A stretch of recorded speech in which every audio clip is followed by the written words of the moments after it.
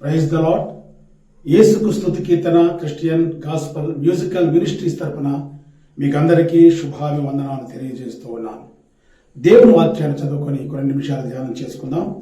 అపోస్తలుడైన పౌలు రోమీలకు రాసిన పత్రిక 12వ అధ్యాయము 12వ వచనం. నిరీక్షణ గలవారై సంతోషించుచు, శ్రమయందు ఓర్పు గలవారై, ప్రార్థనయందు పట్టుదల కలిగి ఉండుడి. ప్రియమైన వారలారా, మరి రోమా సంఘమునకు అపోస్తులైన పౌలు ఈ మాటలు రాస్తూ ఉన్నాడు. మీరు నిరీక్షణ గలవారై సంతోషించుచు, శ్రమయందు ఓర్పు గలవారై, ప్రార్థనయందు పట్టుదల కలిగి ఉండాలంటున్నాడు. గమనించండి, ఒక వ్యక్తి ఏదైనా సమస్య నుంచి, ఏదైనా ఆపద నుంచి, ఏదైనా ఇబ్బంది నుంచి జయం పొందాలంటే ప్రార్థన విడువక మరి ప్రార్థన చేయాలని దేవుని వాక్యం చెప్తూ ఉంది. చాలా మంది భక్తులు మరి ఉపవాసం ఉండి ప్రార్థన చేసి విజయాన్ని పొందారు. కొందరు మరి పట్టణాలుగా మరి ప్రార్థన చేసి మరి విజయాన్ని పొందారు.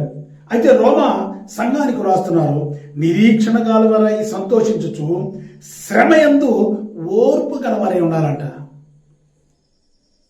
గమనించండి, యేసుక్రీస్తు ప్రభువుల వారు ఆ కాలంలో పరిచయం చేసేటప్పుడు ఆయన వారితో, వారి శిష్యులతో, అక్కడ ఉన్న వారందరితో ఇక్కడ ఒక ఉపమానం చెప్పాడు.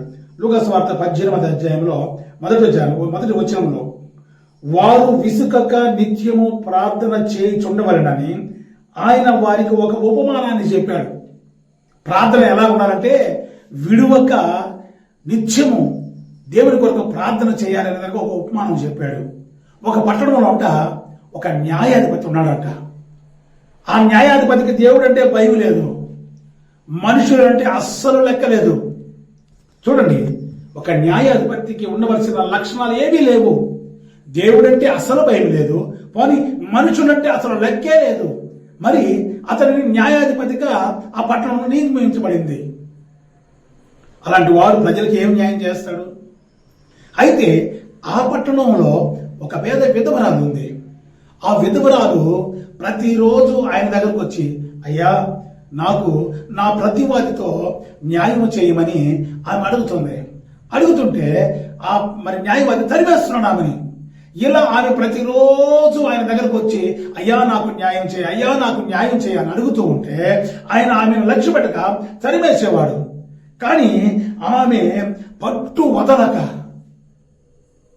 విసుగు చెందక, నిరీక్షణతో, ఓర్పుతో ఆమె ఆయన దగ్గరకు పదే పదే రావడం వల్ల ఆయన తన మనసులో అనుకున్నాడట, ఈమె ప్రతిరోజు వచ్చి నన్ను గోదారుతూ నన్ను విసిగిస్తుంది కాబట్టి నేను ఈమెకు తీర్పు తీర్చదను అనుకొని ఆమెకు తీర్పు తీర్చాడంట. ఈ ఉపమానం మనకి ఏం నేర్పిస్తుందంటే, మన సమస్య ఎంత పెద్దదైనా,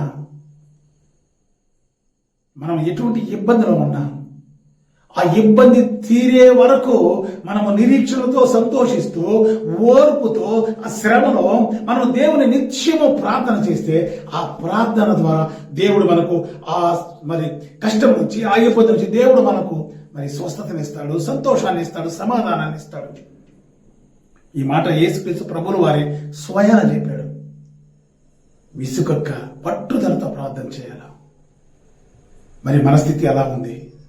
మనకి ఏదైనా సమస్య వచ్చినప్పుడు ఎంతసేపు ఆ సమస్య మీద పోరాడి దేవుని సన్నిధిలో ప్రార్థన చేయగలుగుతున్నాం? ఎన్నిసార్లు సమస్యల్లో నుంచి ప్రార్థన ద్వారా మనం జయాన్ని పొందగలుగుతున్నాం?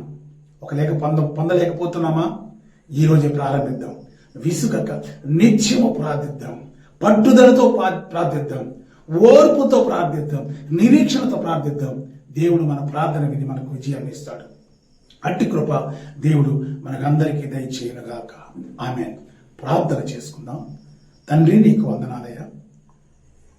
మా సమస్యల్లో, మా ఇబ్బందుల్లో విడువక తండ్రి నిన్ను ప్రార్థిస్తే నీ దగ్గర మాకు రక్షణ ఉందయ్యా.